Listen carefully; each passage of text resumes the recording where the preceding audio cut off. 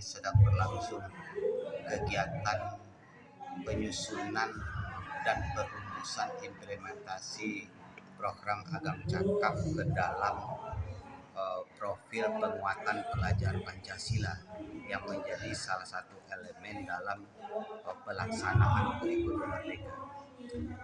Dalam kegiatan ini sengaja kami merancang kegiatan Agam Cakap itu adalah merupakan sebuah moto perumusan terhadap visi dan misi pemerintah Kabupaten Agam di bidang pendidikan yang dirumuskan oleh tenaga ahli Bupati Agam di bidang pendidikan. Jadi Cakap itu merupakan akronim dari cerdas, aktif, kreatif, agamis, dan berperilaku sesuai dengan nilai-nilai adat dan budaya Minangkabau. Artinya dengan moto pendidikan Agam Cakap ini kita berharap siswa-siswa dan lulusan-lulusan dari sekolah-sekolah yang ada di Kabupaten Agam itu memang betul-betul siswa yang cerdas, pintar, namun tetap mempertahankan nilai-nilai yang ada dalam adat Minangkabau itu sendiri. Pada hari ini Sabtu tanggal 3 Desember tahun 2022 memasuki hari kedua kami mencoba menyusun pengimplementasian moto Agam Cakap tersebut ke dalam P5 bagi sekolah-sekolah yang telah melaksanakan implementasi kurikulum merdeka. Kenapa kami mengintegrasikan ke dalam P5? Karena Agam Cakap, moto pendidikan Agam Cakap itu lebih menekankan kepada sektor penanaman karakter peserta didik. Nah, dalam pelaksanaan kurikulum merdeka sekarang, memang proyek penguatan profil pelajar Pancasila itu memang lebih diarahkan kepada penekanan kepada penumbuhan karakter kepada peserta didik yang ada. Nah, sekarang bagaimana kita untuk menerjemahkan penumbuhan karakter bagi peserta didik itu betul-betul sesuai dengan nilai-nilai yang ada di tempat mereka. Dalam artian kita memang betul-betul mengangkatkan kearifan lokal. Dalam kegiatan ini diikuti oleh semua jenjang yang ada, terdiri dari perwakilan dari taman kanak-kanak, SD, dan SMP, dan juga diikuti sebagai peserta dalam kegiatan ini peserta dari madrasah. Implementasi dari program Agam Cakap ini nanti kita berharap semua lembaga pendidikan yang ada di Kabupaten Agam memang menggunakan P5 dalam pelaksanaan kurikulum di satuan pendidikan tersebut memang mengacu kepada apa yang telah dirumuskan oleh teman-teman kita pada hari ini. Dalam kegiatan ini kami mengundang beberapa narasumber yang berkompeten di bidangnya. Yang pertama berkaitan dengan masalah P5 itu kita mengundang Bapak Dr. Andes Iriasman MM dari Balai Besar Penjaminan Mutu Pendidikan Provinsi Sumatera Barat. Kemudian yang kedua kita juga akan menghadirkan Profesor Dr. Sufiarno Marsidin MPD sebagai pencetus, penggagas, dan juga sebagai tenaga ahli Bupati di bidang dunia pendidikan. Dan yang ketiga, sebelumnya kami sudah mendapatkan masukan dan saran-saran dari tokoh legendaris adat Minangkabau, Angku Yusuf Patih, dan semestinya beliau kami hadirkan dalam kesempatan ini, tapi karena kondisi fisik beliau yang tidak memungkinkan, sehingga dalam kegiatan ini mungkin nanti akan setelah kegiatan ini kami akan coba berkonsultasi lagi dengan beliau dan mencoba meminta masukan dari Angku Yusuf Patih dalam pendekatan secara adat dan budaya Minangkabau.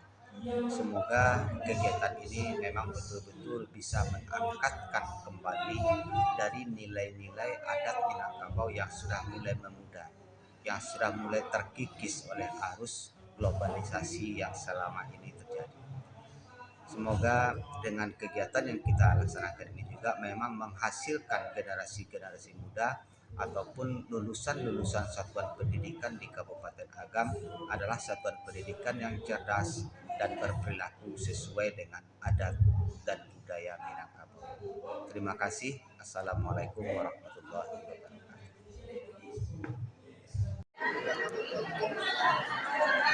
Assalamualaikum warahmatullahi wabarakatuh. Hari ini kami di Hotel Sakura sedang menganalisis nilai-nilai profil pelajar Pancasila yang dikembangkan dalam kurikulum Merdeka. Kita coba mengkombinasikan dengan nilai-nilai yang terdapat di dalam moto Agam Cakap.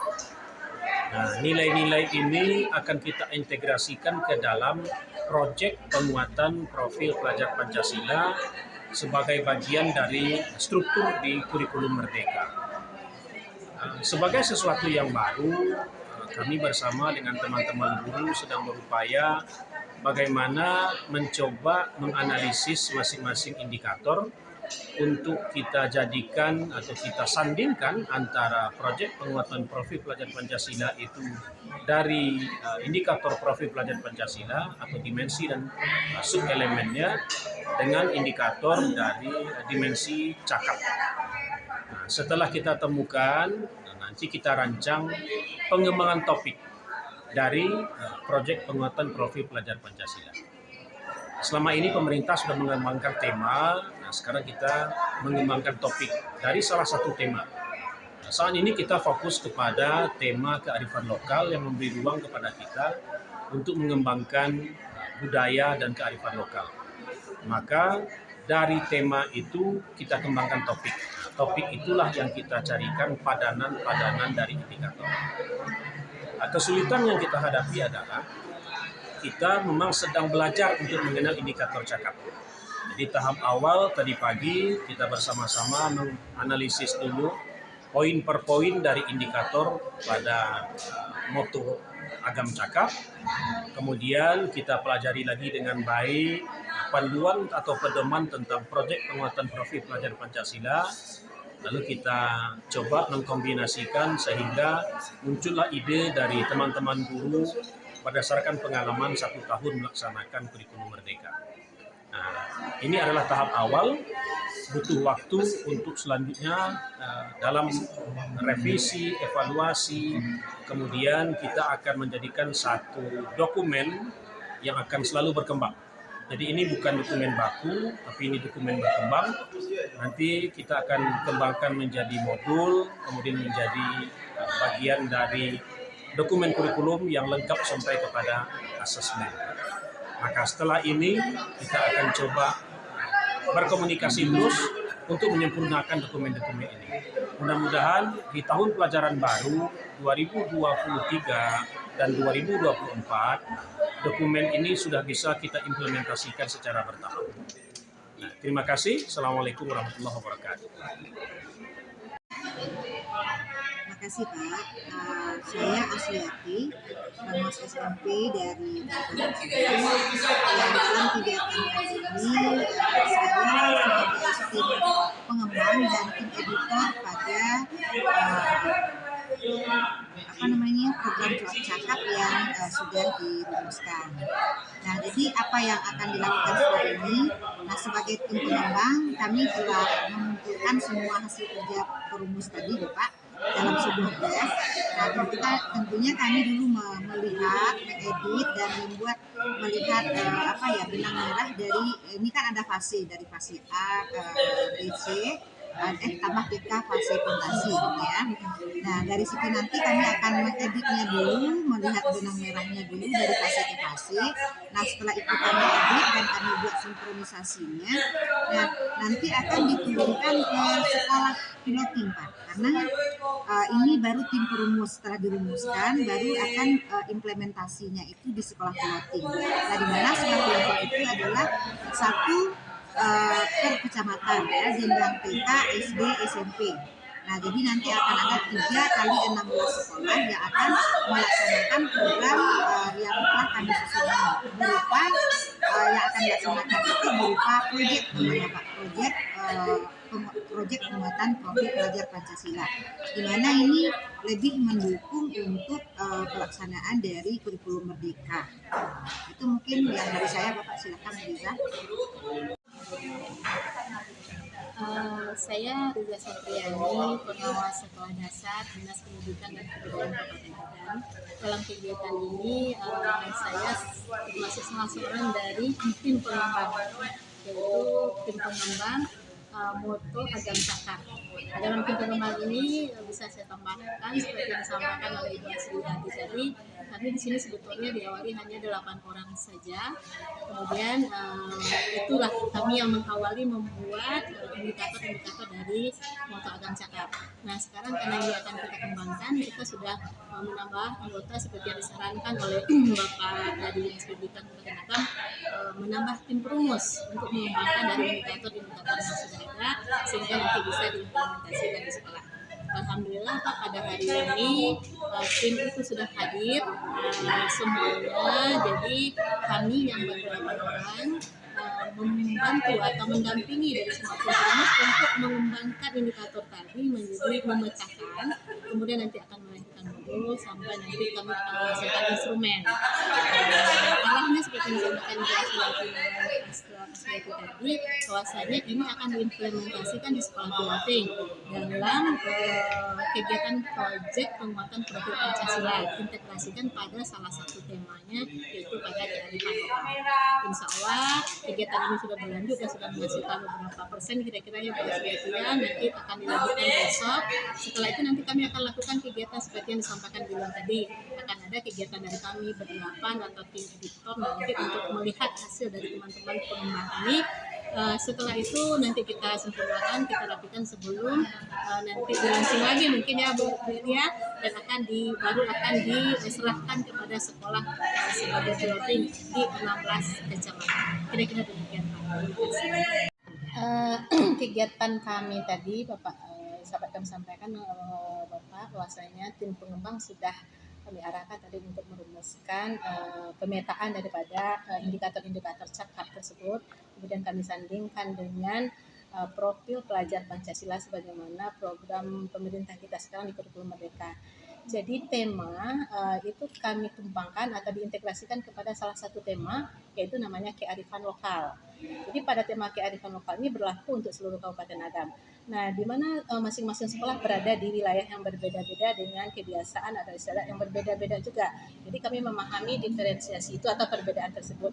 Maka dari tema kearifan lokal itu diberikan peluang kepada sekolah untuk lebih mengembangkan lagi. Kami lahirkan topik-topik yang sifatnya agak umum. Jadi topik umum, misal salah satu topiknya kita ambil dari bahasa Minang itu sendiri adalah nan kalama. Nan kalama artinya makanan. Nah, makanan nan kalama ini di sekolah, di kecamatan mulai dikembangkan lagi. Nah, makanan apa yang kalama kalau di bakso? Yang kalama menurut bakso. Dan seterusnya. Kira-kira seperti itu gambaran yang dilakukan tadi. Jadi sangat besar peluangnya bagi sekolah untuk menyesuaikan dengan kreasi adatnya. Adat Selingkah Nagari sangat-sangat bisa diterapkan di sini, Bapak. Kira-kira seperti itu implementasinya nanti. Jadi untuk penetapan P5 di satuan pendidikan itu tidak muncul begitu saja, tapi harus melalui sebuah mekanisme dan prosedur yang harus dilalui oleh sekolah. Misalnya, sekolah harus terlebih dahulu mengidentifikasi kompetensi dan daya dukung yang ada di sekolah. Kemudian yang kedua, sekolah harus mengidentifikasi juga sumber daya yang ada di sekolah. Jadi jangan sampai nanti sekolah menetapkan sebuah P5 sesuai dengan kurikulum. Ternyata di sekolah tersebut tidak mempunyai daya dukung untuk pelaksanaan itu. Jadi kuncinya itu adalah bagaimana satuan pendidikan dalam merancang sebuah P5 itu betul-betul sesuai dengan kemampuan, kebutuhan, dan keadaan yang ada di satuan pendidikan itu sendiri. Jadi betul seperti yang disampaikan oleh Bu Riza tadi, di sini sangat memberikan peluang bagi sekolah untuk mengembangkan dan mengangkatkan kembali kearifan lokal yang ada di setiap daerah tersebut.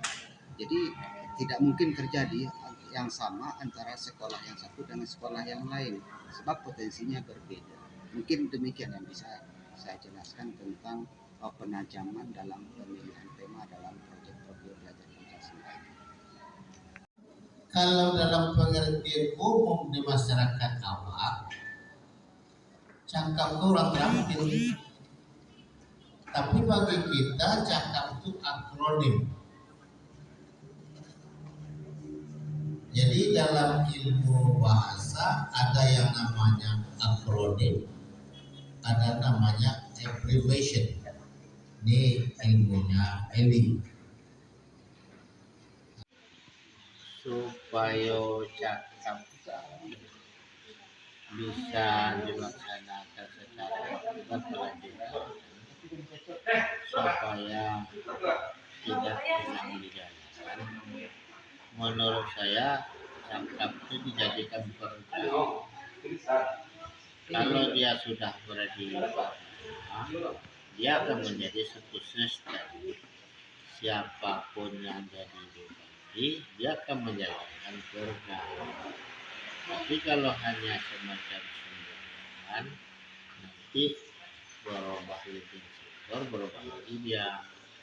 Ini yang harapan saya kepada Pak Bupati dan DPRD, bagaimana cakap ini kita jadikan menjadi perda agama. Kalau sudah menjadi perda, ada komitmen eksekutif, ada komitmen DPRD untuk melanjutkannya. Itu mungkin yang kedua, hal yang bersifat pesimis tadi, bagaimana cakap ini menjadi komitmen terutama oleh Dinas Pendidikan dan Kemenang. Tiap dinas ini dengan Kemenang ya kan mempunyai dana bos. Ini harus dilihat dalam konteks akademik. Dana bos kegiatan cakap, kalau ada komitmennya bisa dialihkan ke situ. Jadi tidak hanya bertumpu pada APBD Program, bisa juga didukung oleh instrumen dari dana bos. Kalau dia sudah menjadi perda, tentu berbeda harus menganggarkan tiap tahun. Siapa bulannya itu menurut saya salah satu kunci yang penting. Saya juga melihat sekarang yang harus diupayakan oleh Pak Isra, saya izin Pak Bupati tentu membuat draft perda ini, peraturan daerah tentang moto pendidikan agama, sehingga nilai-nilai pesimis tadi tentu dimasukkan ke program hibahnya MUI, program hibahnya LKM, program hibahnya Bendukandung. Yang keempat, kalau cakap itu merupakan bahagian dari mewujudkan perilaku peserta didik, hendaknya dana-dana pokir, dana-dana aspirasi anggota dewan tentu juga bisa dimasukkan di sini. Dia kan punya dana juga tuh itu. Tapi karena komitmennya tidak ada, mungkin sentuhan emosionalnya tidak ada, itu mungkin yang menjadi hambatan dalam proses pelaksanaannya tadi. Semacam kerjasama ya itu mungkin. Dengan regulasi tadi, kalau regulasi bahwa moto pendidikan agama dijadikan perda. Kalau perda itu kan sudah produk eksekutif dan legislatif, Bupati. Jadi tidak akan hilang dia karena menjadi perda. Iya. Itu mungkin Sejauhku lah pernah sampaikan Pak Jika Bupati untuk jadi perda pasca di launching. Ya sudah, tentu kita ulang lagi. Oh, sudah. Kita ulang lagi Pak Bupati, kita ulang lagi ke Pak Sekda, sehingga kita upayakan. Kalau dalam pengertian umum di masyarakat awam, cakap itu orang terampil. Tapi bagi kita cakap itu akronim. Jadi dalam ilmu